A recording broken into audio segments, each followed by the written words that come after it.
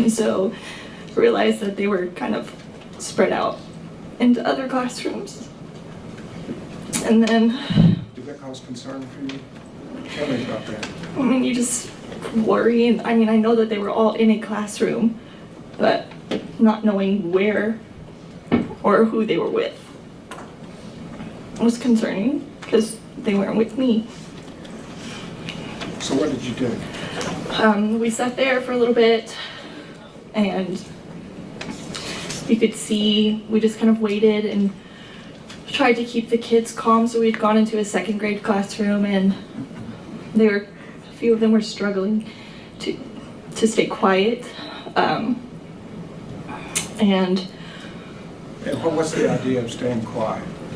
Don't talk, don't move, be still. Is that part of the training that y'all had? Yes. You had training to stay quiet under what situations? They just a lockdown. A lockdown? Just would you go through with us then what a lockdown is and what you do? So it's lock lights out of sight, you lock your doors, which should be, and then you turn the lights off and you're out of sight. You go somewhere in your classroom that is away from windows, doors, hidden as best you can. And is that school-wide? Yes. So in a lockdown, if you go in any room, according to the lockdown procedures, the kids are going to be away from the door and away from the windows. Yes. In the dark. Yes. And quiet. Yes. And you had a little trouble with people being quiet. Yes. And so what did you do? I army crawled around the floor under these second graders' desk, and I did breathing with them. You go trace your hand and you breathe in and out as you go up and down your fingers. So I did that to 2 students, help them calm as best they could. So you learned a breathing technique? Yes.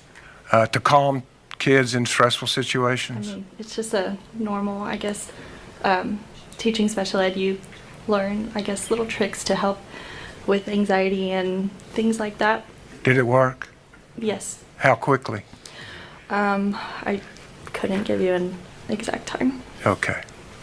Did you take any other action as you were waiting?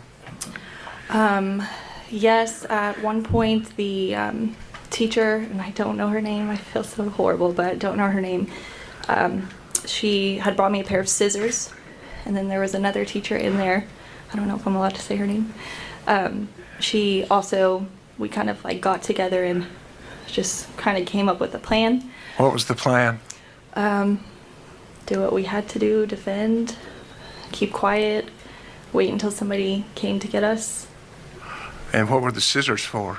I guess protection, to fight if we needed to. Okay. Under that stressful situation, Yes. you developed a plan Yes. to fight. Defined? To fight? Yes. And how about your kiddos? They were doing the best they could to stay calm and quiet. They were doing what they were supposed to be doing. They had ended up getting safety scissors, I guess because they saw us with our scissors. They all got theirs. I didn't even notice until we got to the parking lot. The kids all had safety scissors? Mm-hmm. Mimicking you all? I'm sorry? Mimicking the teachers? I assume so, yes. That is preparing to defend yourselves? Yes. No, this is objective leading. How long were you in this position? I don't recall. It was all very, I don't know. What did you do while you were there? Where? In the classroom? Yes, ma'am. Help the kids stay calm, was ready to go. At one point, we just made sure we followed the rules. At one point, the 2 other teachers we were with, or I was with, they couldn't remember if the door was locked or not, or they just weren't sure. And so I remember being on the opposite side of the classroom, and they were tying an extension cord up into the door. I don't know how to explain it, but there's like a triangular shape metal frame that helps it open, and they were tying an extension cord around it. to try and make sure it was, I guess, secured the best it could be if the door wasn't locked. Okay. And that was the other two teachers? Yes.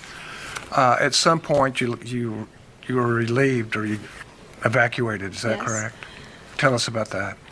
We kept hearing knocking on the door, and we were taught, don't answer the door, somebody will come in and get you. But after several knocking, like times knocking, and again, I was on the opposite side of the room. One of the teachers, she peeked open the curtain to see, I guess, who it was.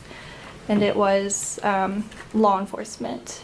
And so at that point, she opened the door, they came and said, we're going to move you guys to the parking lot. So once everybody's ready, we're all gonna move quickly but safely to the parking lot and wait there. And did you do that? Yes. And how did your day end then? Got to the parking lot, and at that time I realized all the kids had scissors, so like, it's okay, we're okay. And I took all the scissors and had two big pockets. Both of my back pockets were full of scissors, and we sat there for a little bit and then ended up going to an empty field off of campus. And while we waited for buses, I still at this point didn't have all my students, and so I gathered the ones that I did have, and I told them, stay here, we're not getting on this bus, and waited For what? for the rest of my kids. And did you get them? And then where did the bus go? It was a little bit of confusion, I guess.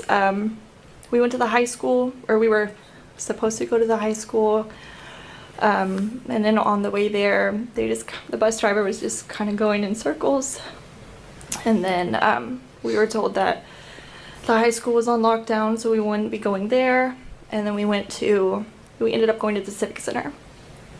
The what? The Civic Center? Okay. And is that where the kids were reunited with their Yes. parents? Okay. Thank you. We've gone through your day, and I want to just kind of go through so we have an idea of where all of this occurred, Okay. okay?